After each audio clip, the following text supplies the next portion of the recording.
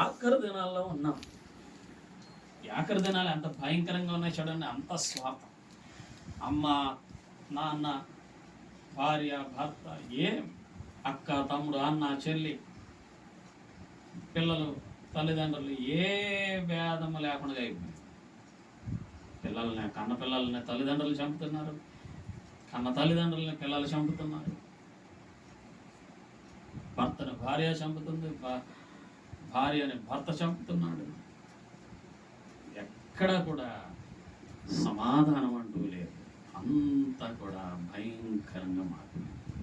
అటువంటి భయంకరమైన రోజుల్లో జీవిస్తున్నటువంటి మన జీవితాలను కాస్త మనము మెలకువతో అడుగు వేసేటువంటి స్థితిలోనికి మనల్ని మనము జ్ఞానము కలిగి నడుచుకోవడానికి ప్రయత్నం చేయాలి.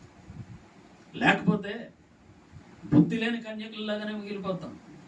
బుద్ధి గల కన్యకులు ఉన్నారు, 10 మంది కన్యకులు మొత్తం.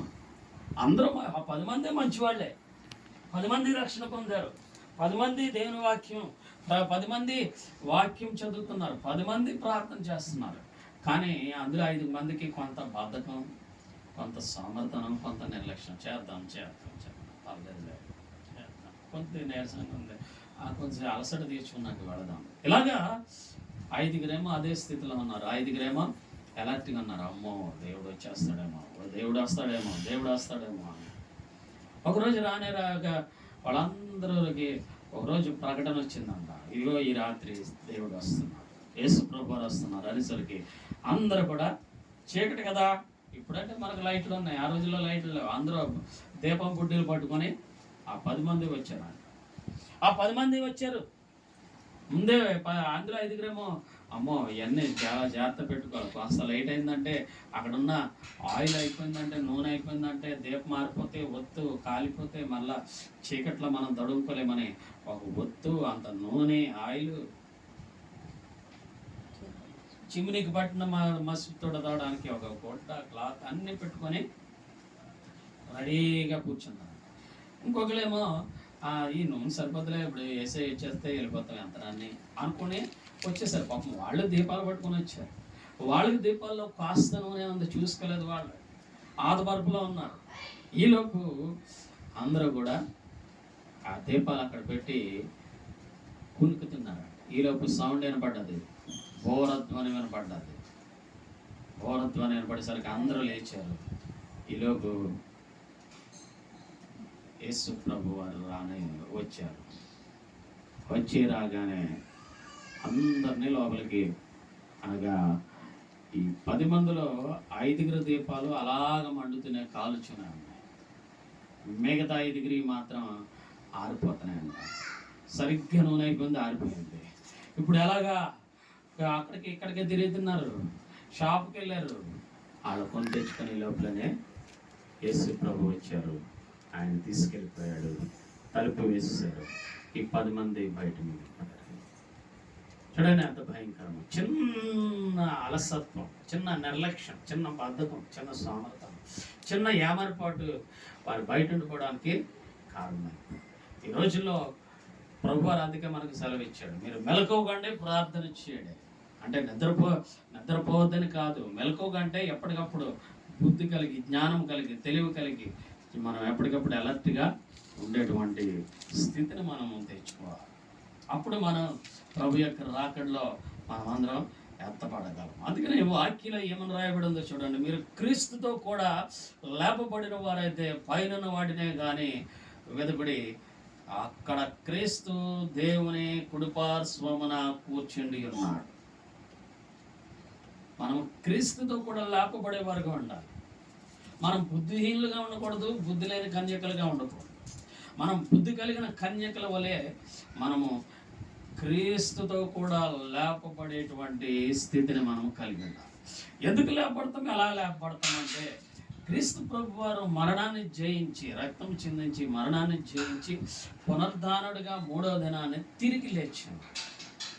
ఎవరైతే రక్షణ పొంది ఉన్నారో వారికి పునరుద్ధాన శక్తిని దేవుడు అనుగ్రహించాడు. ఇప్పుడు ఆ పునరుద్ధాన శక్తి మనం పొందుకోవాలి అని అంటే కనుక మనము ఏమరపాటుగా ఉంటే పొందలేము. మనము మెలకు కలిగి ఉంటేనే మనము ఆ యొక్క పునరుద్ధాన శక్తిని పొందగలం. ఎప్పుడైతే పునరుద్ధాన శక్తిని మనం పొందుకోగలుగుతామో అప్పుడు మనం బోరధ్వని మ్రోగునప్పుడు ఆయన పరిశుద్ధులతో పాటు మనం కూడా ఎత్తపడగలం. హల్లెలూయా, హల్లెలూయా, హల్లెలూయా.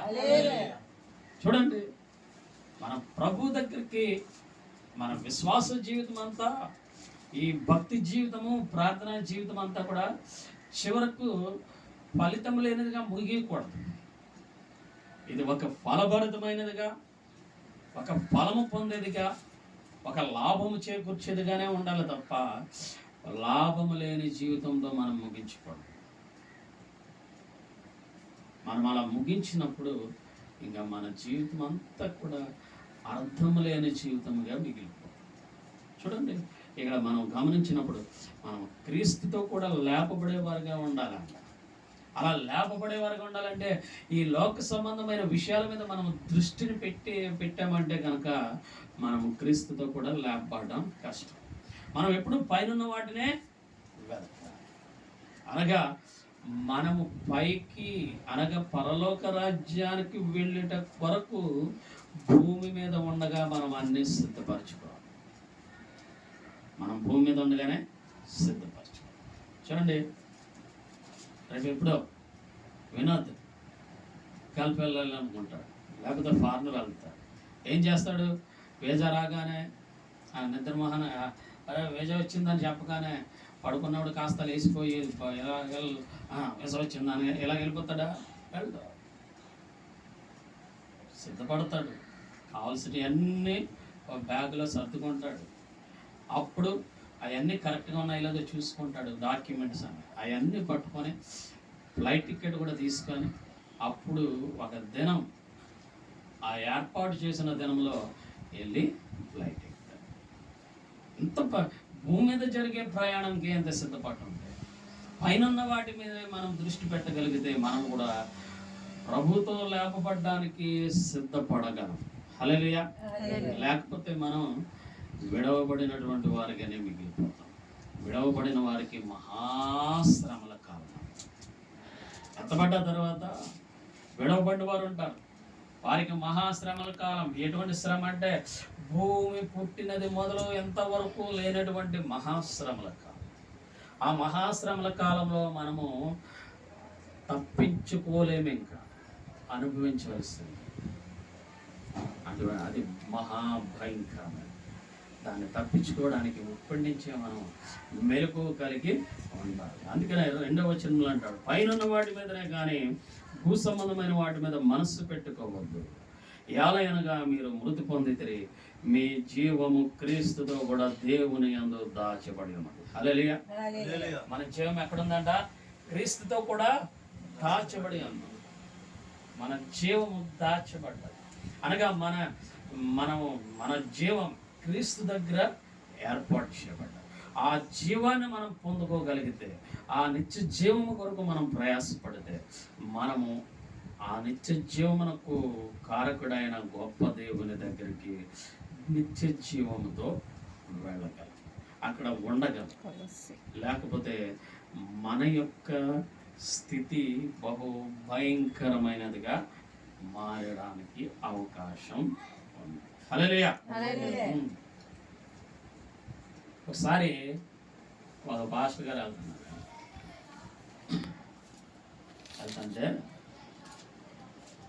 వెనకాల 2 దొంగలు, పాస్టర్ గారు అంటే బ్యాగ్లు తగిలి, పాస్టర్ గారి దగ్గర బ్యాగ్లు ఉంటాయి. ఆయన ఈ బ్యాగ్లో అయ్యేమో బైబిల్ తోటి, బుక్స్ తోటి, పాటల పుస్తకాలతో నిండిపోయి ఉంటాయి. చూసి వాళ్ళకేమో నాయన ఇదేదో ఇందులో ఏదో డబ్బు ఉందనుకుంటా, టక్క గిక్క అని వేసుకొని చక్కగా నీట్గా ఉంటారు కదా, అంతేనా అనుకుని ఒకరోజు 2 దొంగలు వెంబడించారు. దొంగలు వెంబడిస్తూ ఉంటే రాత్రి కాలంలో వీళ్ళకి అర్థమయ్యే, ఇకనో జీవించేవాడిని నేను కాదు, నా జీవము క్రీస్తులో ఉంది అనుకునేసరికి అని అలా అంటున్నారంట. అనేసరికి దేంట్లో బాబు వీళ్ళు జీవిస్తలేదా అంటే వీళ్ళు ఎవరో దెయ్యాలా అనుకొని, అమ్మో దెయ్యాలనుకొని వాళ్ళు వెనక్కి పారిపోయారు. దెయ్యాలనుకుని గొంగర పారిపోయారు. మన జీవం ఎక్కడ ఉందంట? క్రీస్తులో దాచబడి. క్రీస్తులో దాచి 4వ వచనాన్ని మనం చూద్దాం. మనకు జీవమైన క్రీస్తు ప్రత్యక్షమైనప్పుడు మీరును ఆయనతో కూడా మహిమ యందు ప్రత్యక్షపరచబడతారు. మనము కూడా అప్పుడు ప్రత్యక్షపరచబడతాం. ఎప్పుడు? ప్రభు యొక్క 2వ రాకడలో మనం మహిమ గలవారుగా మార్చబడతాం. ఒకవేళ ఇప్పుడే వచ్చారనుకో, ఇప్పుడు వస్తే మహా మంచిది. ఎందుకంటే ఆయన సన్నిధిలో కాస్త భయంతో భక్తితో ఉన్నాను కాబట్టి. అంతేనారా? మళ్ళీ బయటకు వెళ్తే తర్వాత ఎలా ఉంటామో తెలియదు కాబట్టి ఇప్పుడు వస్తే కనుక చక్కగా కట్టబడిపోతాం. హల్లెలూయా. ప్రభా ఇప్పుడు వస్తే బాగుంది. అంతేనా? ప్రభు ఎప్పటికైనా రావాల్సిందే, వస్తాను. అక్కడ ఏమంటున్నారు? మహిమ యందు ప్రత్యక్షపరచబడ్డానికి మనము కూడా ఆయనతో మహిమాస్వరం. అంటే ఇలా ఉంటామా? తక్కువ మాయమైపోతాం. అదే మహిమాస్వరం. అదే చనిపోవడం వేరు, మహిమస్వరూపం. చనిపోతే ఎముకలు అవన్నీ ఉండిపోయి ఆత్మ ఒకటే ఉంటుంది. మహిమ స్వరూపం కనుక ఇంకా కింద బాడీ ఏమి కనిపించదు. ఇంకా మనం ఆత్మస్వరూపంతో అలాగ ప్రత్యక్షపరచబడడానికి మనం చేసే భక్తి జీవితం, మన విశ్వాస జీవితం అంతా కూడా కేవలము ఈ యాత్ర ముగించిన తర్వాత పరలోకైపు గవనిలోనికి దాటి సింహాసనము దగ్గర సాగిలపడడానికి. హల్లెలూయా. అందుకనే ఇక్కడ కింద మనం చదివినటువంటి వచనాల్లో 10వ వచనంలో ఏమని రాయబడి ఉందో చదువమ్మా. ఒకరితో ఒకడు అబద్ధం ఆడుకుని ఏలయనగా ప్రాచీన స్వభావమును దాని క్రియలతో కూడా మీరు పరిత్యజించి జ్ఞానము కలుగు నిమిత్తము దానిని సృష్టించిన వాని పోలిక చొప్పున నూతన పరచబడుచున్న నవీన స్వభావమును ధరించుకొని ఉన్నారు. హల్లెలూయా. ఇంకా మనం పాత ఏంటి ఏ స్వభావం? ప్రాచీన స్వభావం మనలో ఉండకూడదు. ప్రాచీన స్వభావం అంటే విడిచిపెట్టిన స్వభావం. మనం మార్పు చెందే, రక్షణ పొందే సమయంలో మనం విడిచిపెట్టామే మన పాపములన్నీ. ఇప్పుడు మార్పు చెందిన వారము కాబట్టి ఇంకా మనలో ప్రాచీన స్వభావము ఉండనే కూడదు. ప్రాచీన స్వభావం ఏంటి? కోపం, విగ్రహారాధన, ఇంకా వ్యభిచారం, కామాతురత, సరస్వక్తులు, బూతులు, చెడ్డ మాటలు, అబద్ధములు, దొంగ పనులు, ఇవన్నీ ప్రాచీనమే. ప్రాచీన స్వభావం అంటే మనం రక్షింపబడక ముందు మనలో ఉన్న పాప సంబంధమైనటువంటి స్వభావం. మరి ఇప్పుడు పడ్డాము అని చెప్పుకొని కూడా ఇంకా అవే లక్షణాలు మనతో కనబడితే మనం ఇంకా నూతన స్వభావం ధరించలేనట్టే. మనం నూతన స్వభావముగా మార్చి మన స్వభావం నూతన పరచబడాలి. మన ప్రవర్తన నూతనంగా ఉండాలి. మన మాట తీరు నూతనంగా ఉండాలి.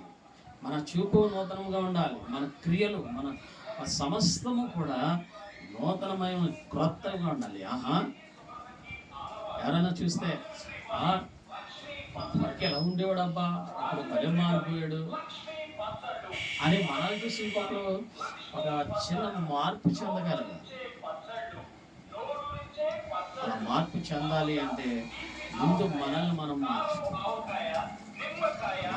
మార్చుకోవాల్సింది. ఎందుకంటే మనము ఒకరోజు క్రీస్తు మహిమలో ప్రత్యక్షం అవ్వాల్సిన దినము.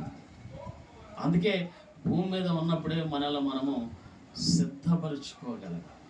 సిద్ధపాటు లేదనుకోండి, సిద్ధపాటు లేకపోతే ఏమవుతా?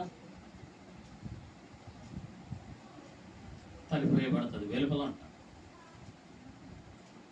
లోపలికి ప్రవేశించాలి. పరలోక రాజ్యంలోనికి ప్రవేశం. కాబట్టి ప్రియమైనటువంటి వాళ్ళ దినములు చెడ్డవి కనుక ఏంటంట? దినములు చెడ్డవి కనుక ఏం చేయాలి? జాగ్రత్తగా సమయమును పోనీయక సద్వినియోగం చేసుకో. పాటలతో, ప్రార్థనతో, వాక్యంతో మనల్ని మనం బలపరుచుకుంటూ, అనగా పాటల స్థితులతోనూ ప్రార్థనలతోనూ వాక్యమును మనం కలిగి ఉన్నప్పుడు వాక్యమై ఉన్న దేవుడు మనల్ని బలపరుస్తాం, మనల్ని ఆదరిస్తూ ఉంటాడు, మనకు ధైర్యం ఇస్తూ ఉంటాడు, మన పట్ల కార్యములు చేస్తూ ఉంటాడు.